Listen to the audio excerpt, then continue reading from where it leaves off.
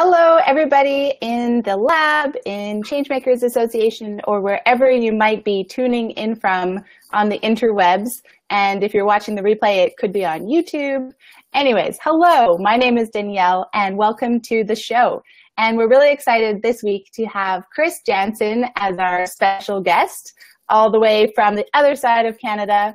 We are both tuning in from Canada today. And Chris Janssen is the founder and CEO of Textbooks for Change, which is a really cool social enterprise based in Ontario, like I said, but you have a huge impact in East Africa as well. So we're going to talk a lot about how your model works and why you got started and how, what you've been learning over the past few years. So welcome, Chris. Thanks for joining. Thanks so much for having me. I'm glad to be here. Awesome. And if you are tuning in live, we'd love for you to say hi in the comments, in the chat, and let us know where you're tuning in from. And also, if you have any questions for Chris as we get started, please pop them in the chat and we will address those as well. But we have some really juicy topics to cover today. And so, Chris, first off, I like to start the show by getting to know the person in the hot seat on a little bit more of a personal level and really get a sense of how you approach your life. So my first question is for you is to tell us a little bit about the average or typical day in your life and in your work. How does it take shape? Perfect. So every day is different. It's definitely the life of an entrepreneur. But, going through what an ideal day would look like, not every day is like this. But typically probably get up in the morning around 8:30 or 9. I like to sleep in a little bit and stay up late and get some work done late in the night. Go to the gym, get the blood flowing a little bit, or bike to work in the morning, have a good breakfast to start the day. Right at the beginning of the day, love to dive into, emails, contracts, things I need to look over, just, things I can knock off, meetings with our team. And then, the majority of my day and what I love doing and what I'm going to strive to, do more, is start to work on the ground, getting my hands dirty, meeting with customers, learning as much as I can day in and day out. And building things from scratch. I love to build things from nothing. I love like the hyper growth of early stage companies and, love to make an impact. So, my ideal day, would be spending a lot of my time on that ground and building things from nothing. In the afternoon, go get home around 7, have a good meal, spend some time with family and friends. It's definitely very important. A big lesson over the last little bit is, try to disconnect from work. When you're an entrepreneur and building something by yourself, you can get so ingrained in what you're doing that, almost all your thoughts are focused on it. But it's important. It's a big lesson I've learned over the last little bit to start to have that disconnect and, have time away from work and thinking about that stuff, because it's definitely very healthy. And, spend that time with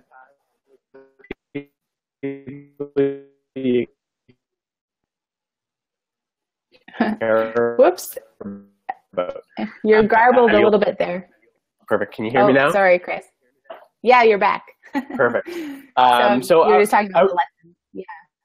Yeah. So outside of, that ideal day on work, I love to travel. I've learned so much about different cultures and economies and, how people live by just traveling. I'm not talking about going to an all-inclusive resort, but all just backpacking and going through different communities and meeting people. And, I guess I contribute a lot to, who I am today from traveling around as much as I can. And, will definitely be a big part of my life going forward.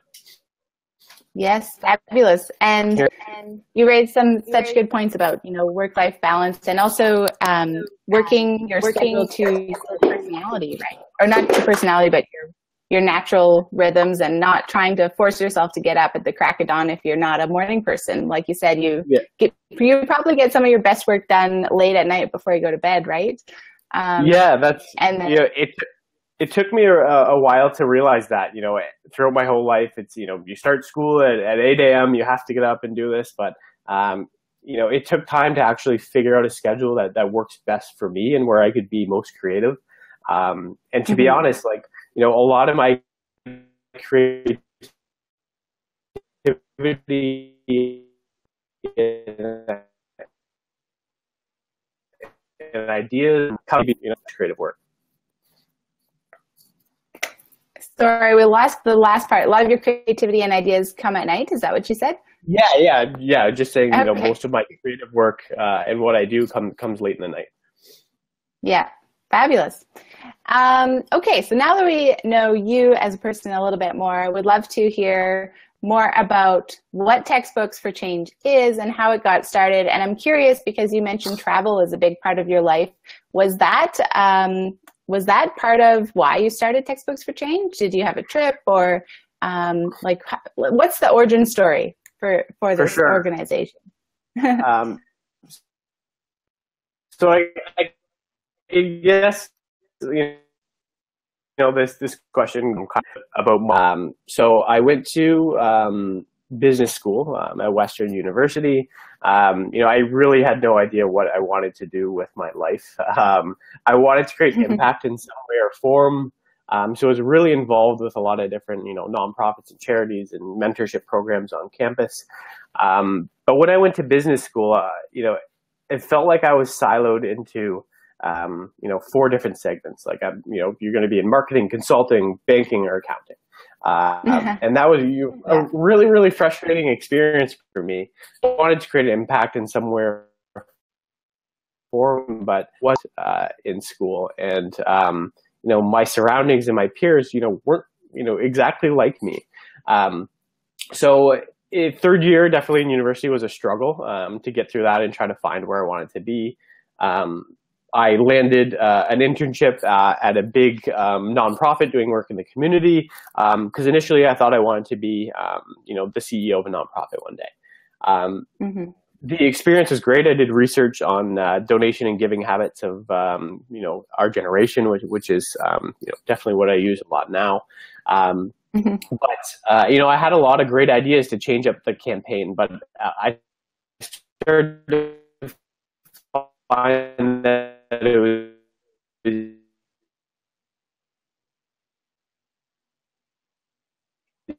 very make a difference with my hands and get things going from the ground up. But realized that, a big organization like that, really wasn't a fit for me.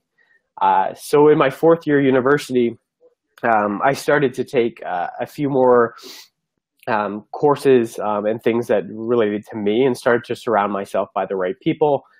So I started to focus in on entrepreneurship and sustainability were my 2 certificates that I was going for. And with that, there was, a few points in that were, big pivot points in my life. So one, in school, I went to, it was a microfinance trip to a town in rural Honduras, and we realized the coffee supply chain there. We found out that there was multiple middlemen, or they called them coyotes, and they took, a massive cut of the cost of this coffee, or the price that they were looking to sell it for.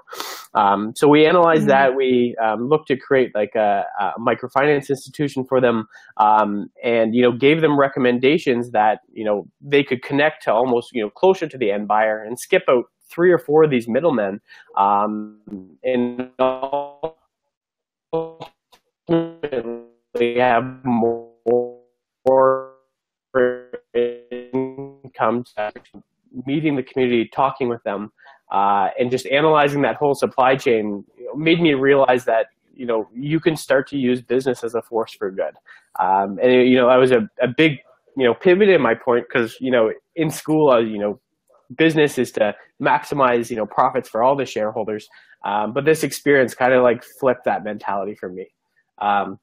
So at that point, started to research a little bit more into B corporations and social enterprises, started to get entrenched in that whole scene. And then one of the big points that while I was in school, I collected textbooks, sold them back to first-year students at affordable prices, and raised money for Shinerama, which is a charity raising money for cystic fibrosis here in Canada. So I had this small textbook project on the back end, but in my fourth year university, I didn't have a job lined up against my parents' wishes, and at that point, decided to kind of take the biggest risk of my life. So maxed out the old line of credit and traveled off to Rwanda. So there was a program at a school that would send, and I landed Kigali, Rwanda. So I took off there after I graduated, and it was just an amazing experience. Throughout my whole life, you hear about the continent of Africa, and you hear famine and corruption, and all of this awful things that are going on. But when I was down there and talking to students and teaching students, I just saw so much opportunity. These students have the same hopes and dreams and aspirations as students back home.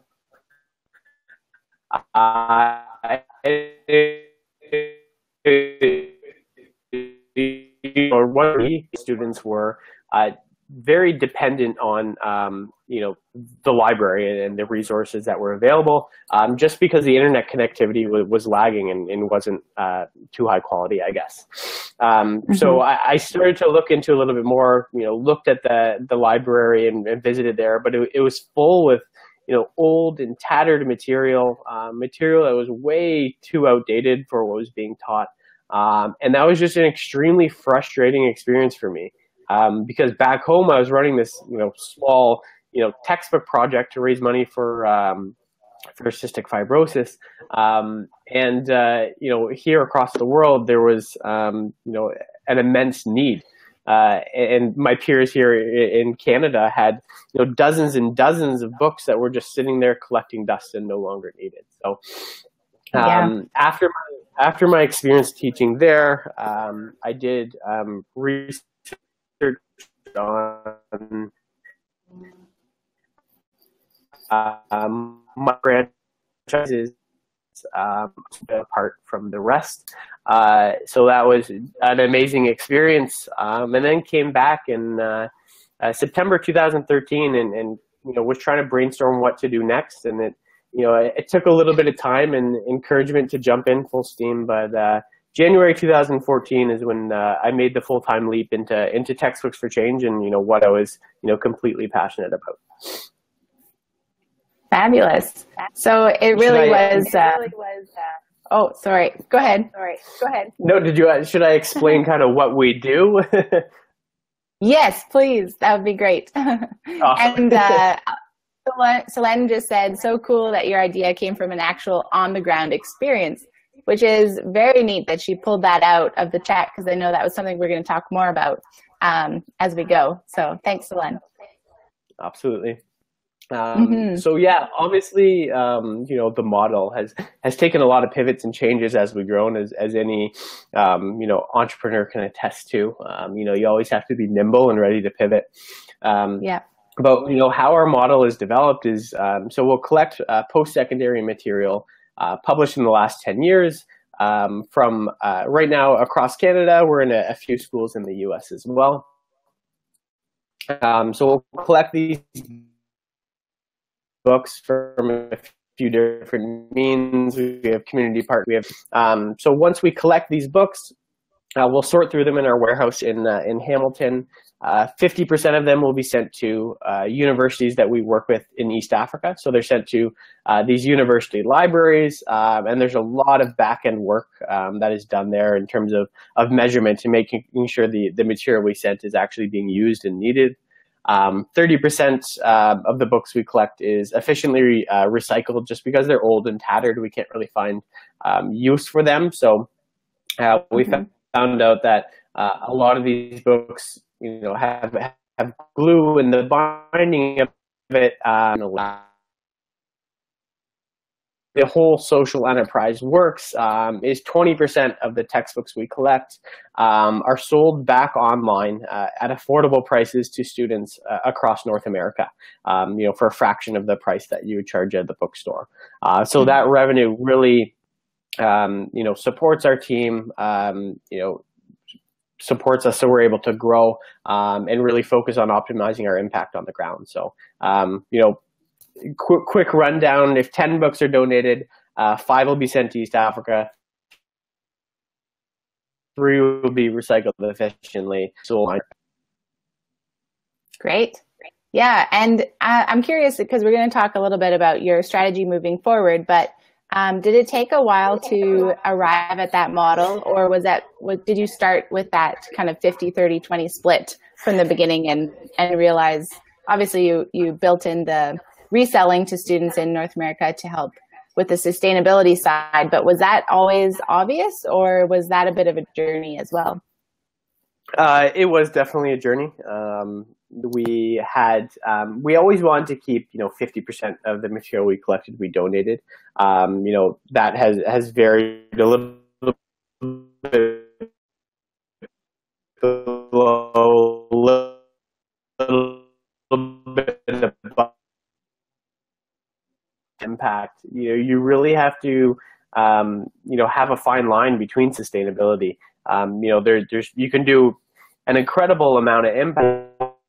You have to make sure that you have the cash flow, that you have the revenue to support what you want to do. And it really is easy to go, down a rabbit hole in either direction, and either, forget about the impact you're creating and focus on revenue, or go heavy into the impact and not be sustainable. So, it has been a journey to get really. Okay, sorry, Chris. There's a bit of garbling, but yeah, okay. I think we're catching most of what you're saying, like 90%. Yeah.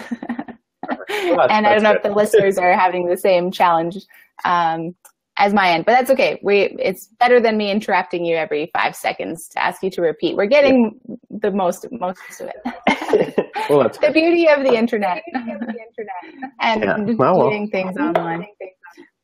But okay, so good. We have a picture of your business and why you got started, how you got started. I think it's a wonderful example of, not only being aware of the opportunities that are presenting themselves in your life. Like you mentioned, you were not really sure what you wanted to do, didn't fit in with the traditional business. And then even on the charitable side, you kept thinking of ways it could be done better. And then you found the sweet spot of social enterprise and happened to have a project and a need that totally fit together, which I think is just a wonderful origin story. So yeah, let's talk about Textbooks for Change and where you're headed, because on your website, you have this very ambitious goal front and center, which I think is brave and awesome that you put it out there. I think some social entrepreneurs or charities do kind of take that step and declare a huge, big, hairy, audacious goal. But a lot more are kind of hesitant to put something so big out there. So I admire your putting it out there. So you have the goal of donating 1 million books by 2020, and you're already at 13%, which is a huge amount. So props for that. But I'm curious, how is that going, and where are you headed to aim to accomplish that goal? Or and how are things evolving as you move forward with your strategy? For sure. So we haven't updated our website yet, but that's probably about 20 to 25% of the goal, right? Oh, fabulous! Congrats.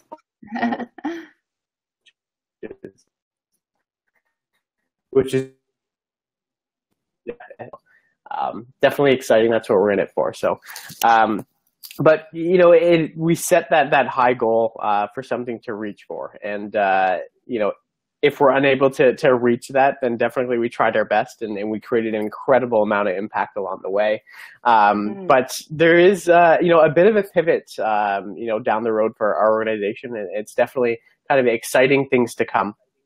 So we, have created, an optimized model here in Canada that works and, is sustainable, creates an incredible amount of impact year after year.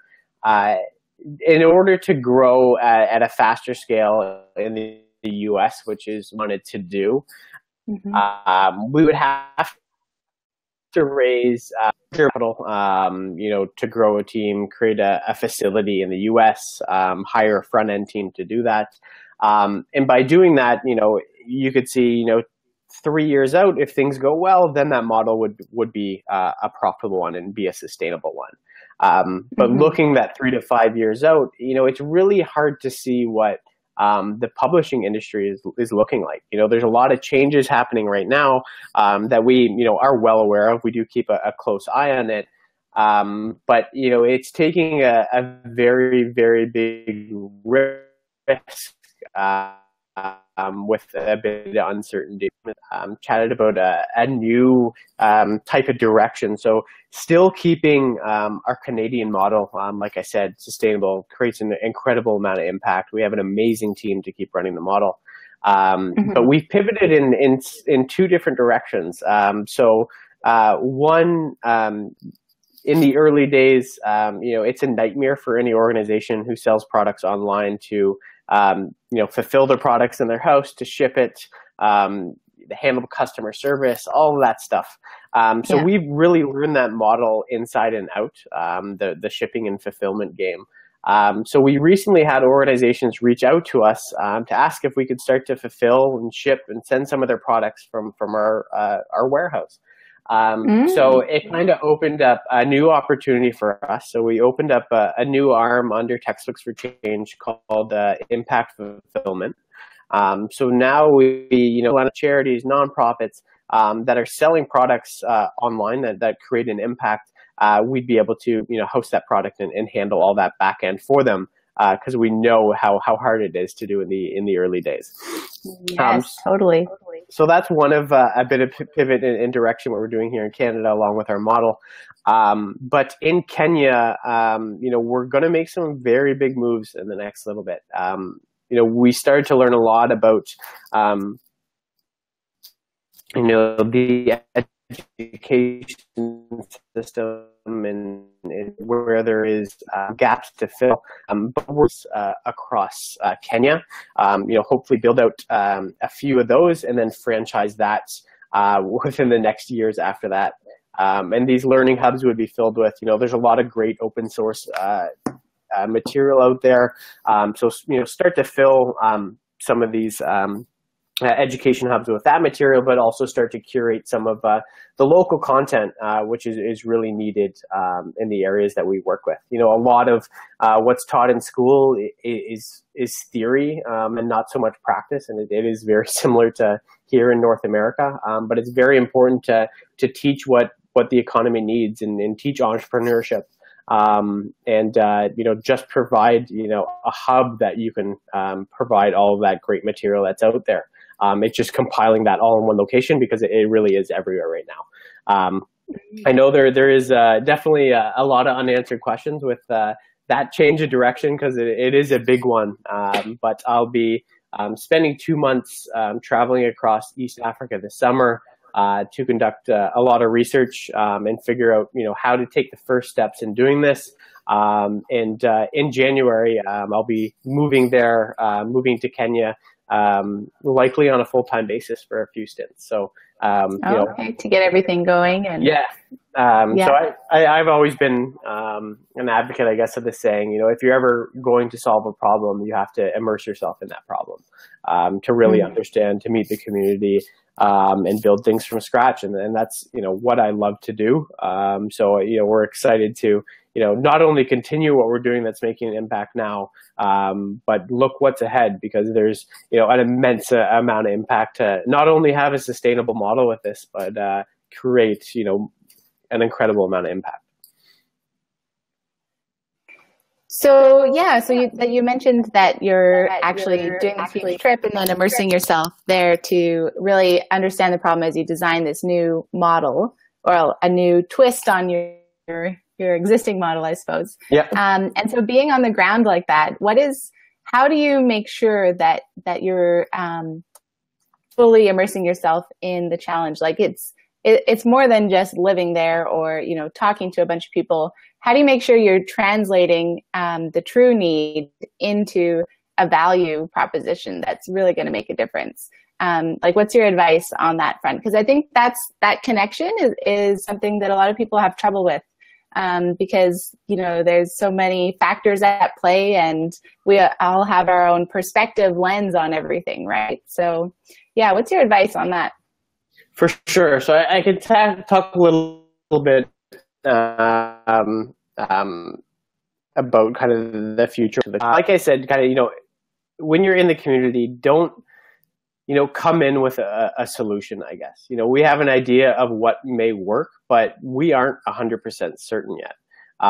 It's meeting people in the community, you know, testing, asking what they need, and really just, you know, co-creating the model with the people and the customers who are going to use it. So that would be definitely a big suggestion, is don't come in with a solution and try to make it happen. It's come in with, you know, a lot of questions and try to co-create the solution with you know, the people on the ground and the people who are actually going to be using the services. And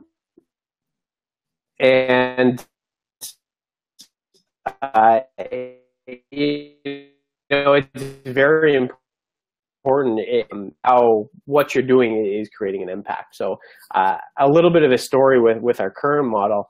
We were working with a third party in the early days to send some of our textbooks to universities in East Africa. You know, we were kind of hands off on that end. We would collect the books, sort them out, and then hand them to a party that would send them. So we visited some of the partners on the ground in 2015, found out that, you know, some of the books our partner sent as well weren't really needed in the curriculum. Some were old and tattered. You know, they didn't really have to get very disappointed. You know, almost a year after we sent the shipment, that it wasn't available to the students. So we decided to, you know, although, you know, it definitely is costly to do in the early days, is start to keep that process in-house and handle finding the end schools we work with, you know, vetting them to make sure they can implement these books properly and that they're needed, but also getting into measurement. So now we ask schools, you know, our team is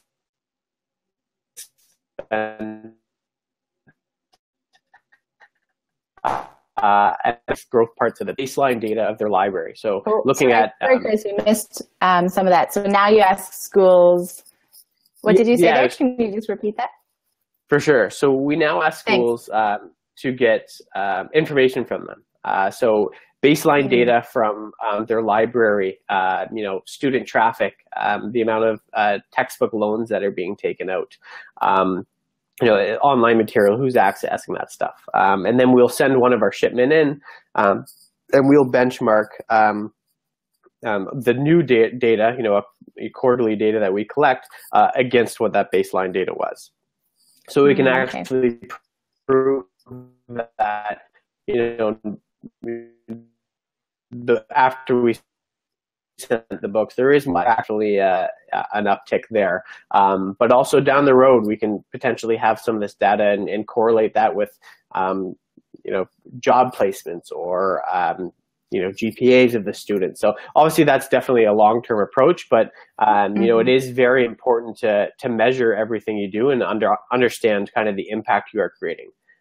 There's a lot of organizations out there, and I'm sure, you know, in school I've learned a lot where, you know, you're saying you're creating an impact, but you're creating more harm than good. You know, an example I like to use is, you know, sending over, you know, clothing here. Like, you know, donate clothing, send it off to East Africa. You think you're creating an impact.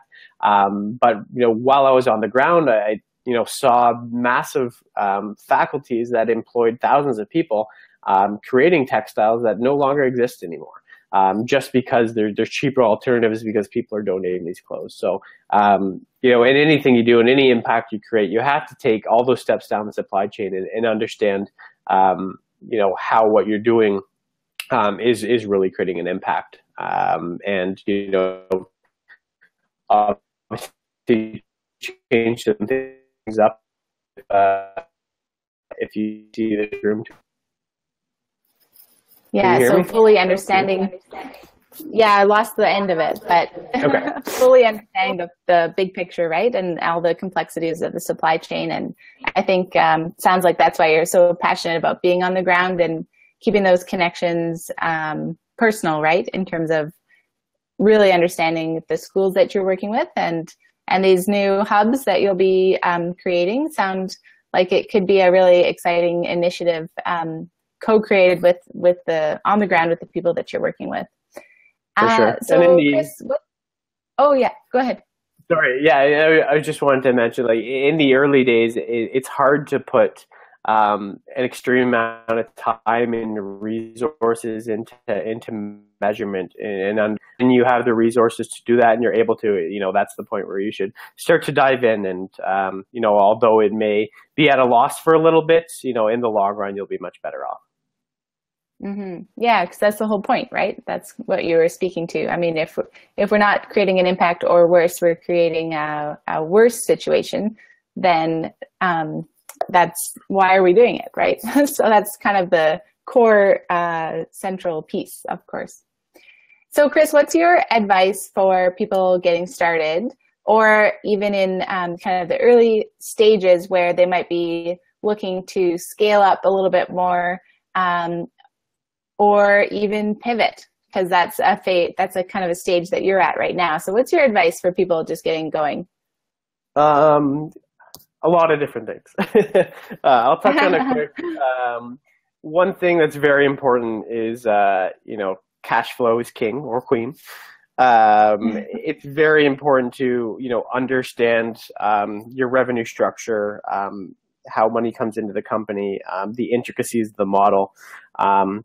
And just, being prepared for unexpected things. There's going to be things that come out of nowhere that you're not expecting that's going to cost money. So just be kind of aware of that whole situation and try to be as realistic as you can about it. And along with that,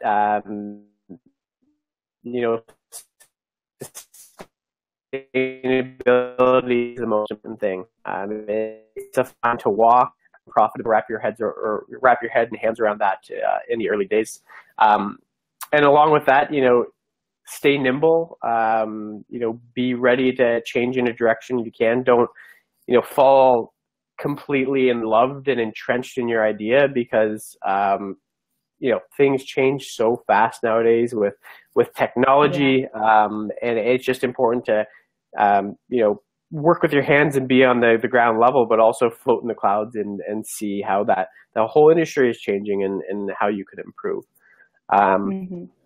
Another, I guess, big thing advice is surround yourself by the right people. I've always had the saying, you're the average of the 5 people you spend the most time with. So with anything you jump into, make sure you understand different personalities, understand who you are going to start to work with, and how you interact, make sure you can get along with the team as you continue to grow, because it is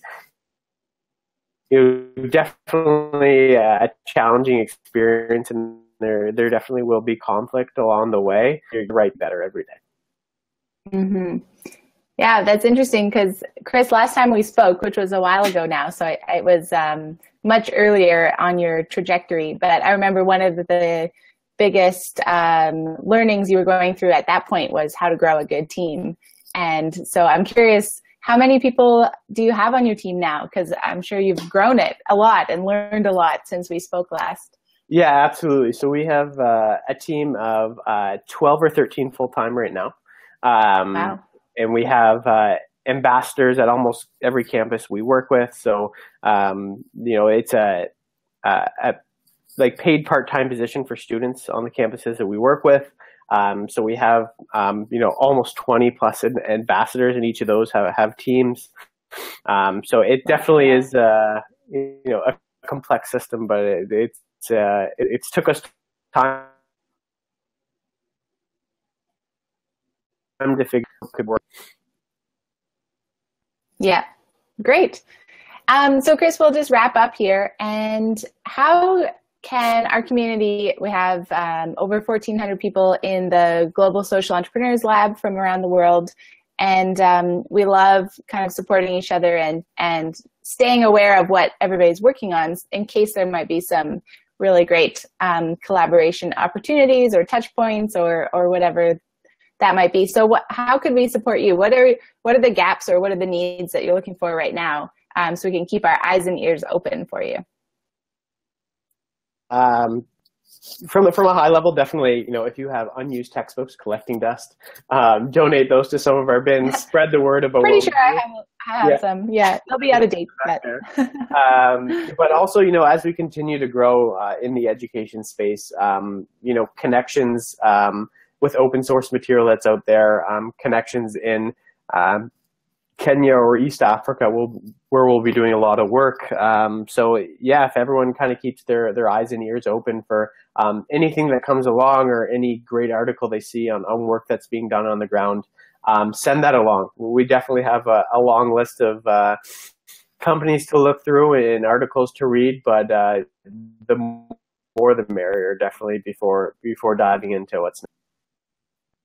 Wonderful. And actually, while you're living in Kenya, we have some members and even some guests on the show who are based there. So I'll connect you with some of them. And I'm sure you guys would have a great time chatting over dinner or just connecting and getting to know each other a bit better. So perfect. I am in. Awesome. Thanks, Chris. Any final words? And also, where can people stay in touch with you and if they're interested in what you're doing? So on our website, you could see kind of everything you want. Further questions, but yeah, love what you're doing, and I love the community that you're creating here, and keep on making a difference, change makers. Thanks, Chris. You too, and we look forward to seeing how everything keeps progressing, and also how these two kind of new avenues open up. I think it's really cool that you found this untapped opportunity here in North America to serve other charities and nonprofits, other purpose-driven organizations with this really specific skill set that you've built up. And so we didn't really dive deeper into that, but I think that's a really great nugget for everybody to take away, as well as to keep your eyes and ears open in terms of the impact that you're creating, but also for other opportunities to become more sustainable, right? Like this market that you didn't have before, that now, you have a lot to offer in terms of your skills in your warehouse. So that's really good learning too. For sure. And we definitely have a brilliant team to handle that whole set of operations. So, if the community as well has any connections with impact organizations that sell a product online, we would love to chat and work together. Okay, I'm thinking of one already, also in Ontario, so I will connect you with them too. Okay, thanks, Chris. We'll wrap it up, and thanks so much for your time and for hopping on with us today, and we look forward to staying in touch. Bye, everybody. We'll talk soon.